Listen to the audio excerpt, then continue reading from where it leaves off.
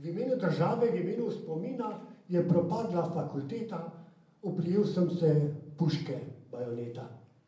Res mi paše uniforma, magnet za dekleta, ko na rusko fronto maršira naša mala četa.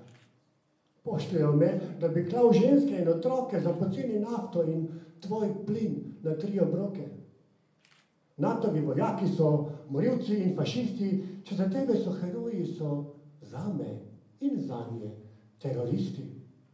Brez vojakov ni vojne, željni so krvi, niso za pokojne, nič ni slabe vesti, hitro pozabi na reset spomin. Za tank benzina en otrok je hin in ko mati zajoče, vojak mirno spi, sanja svoje otroke, domače ljudi. Vojaki ustvarjajo begunce v deželi zvezdice in lunce, imajo se za bele bogove, rušijo domove, pri nas pa gradimo zidove.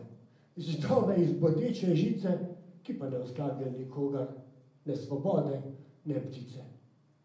Ali mislite, da bi slovenski vojak danes na Puhorju v snegu sredi zime zmogel te rime?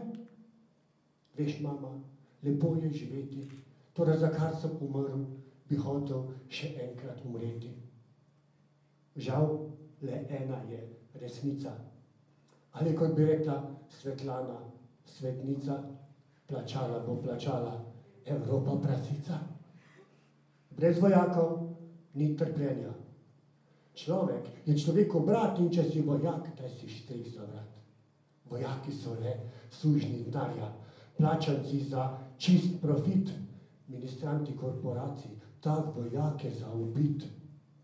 Ja, to je v opisu dela in nalog, to je drobni tisk, ja, smrt, uniforma je mrtvaški prt in bojna polja lačne smrti vrt.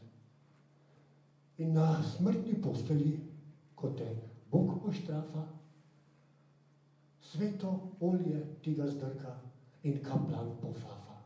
V imenu Očeta in Sina in Svetega Duha.